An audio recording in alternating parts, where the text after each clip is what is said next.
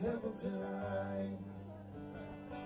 College with a guy that was, his family was a huge mafia family, but I can't even think of his name right now. It was an interesting guy. He'd go out to Las Vegas and he'd usually lose a lot of money, and maybe I won't mention his name because I don't want him to ever. Anyhow, he'd come back, and if he'd lose, then there'd be some guys from Vegas would come back after him, but it was interesting. He'd always play for big stakes and card games and that. But I think they hit him out in South Dakota. I went to school up in South Dakota. Or know about it or anything? Oh, I think it was, when you grew up, even in this area, you just knew about Templeton Rye.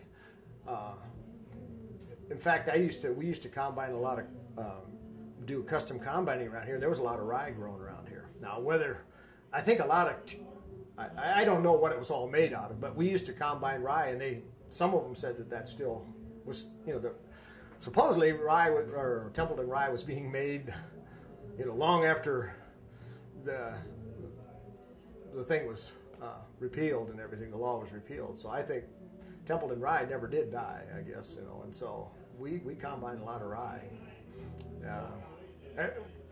relatively a lot of rye, because there wasn't a lot of that grown around otherwise. But what year were you born?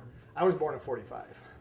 Yeah, that was when I'm talking about combining. That would have been in the '60s, and there was still rye raised here. It was particularly one guy around here that raised it, and some said that he sold it down a lot of that to Omaha too, to the breweries down in Omaha. So, and I'm sure that's true too.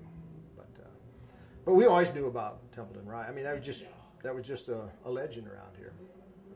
I know when Templeton had their celebration, they've always celebrated it as part of their history and everything. So it's just a little town's secret that isn't a secret anymore. Yeah, and I don't think it ever was. Like I said,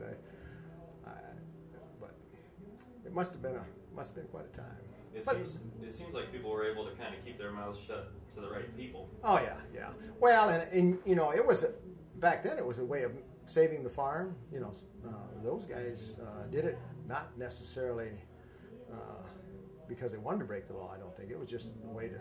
There was no way to make money, and that was part of the way you could do it. So it was just a thing that happened, and it just happened to happen.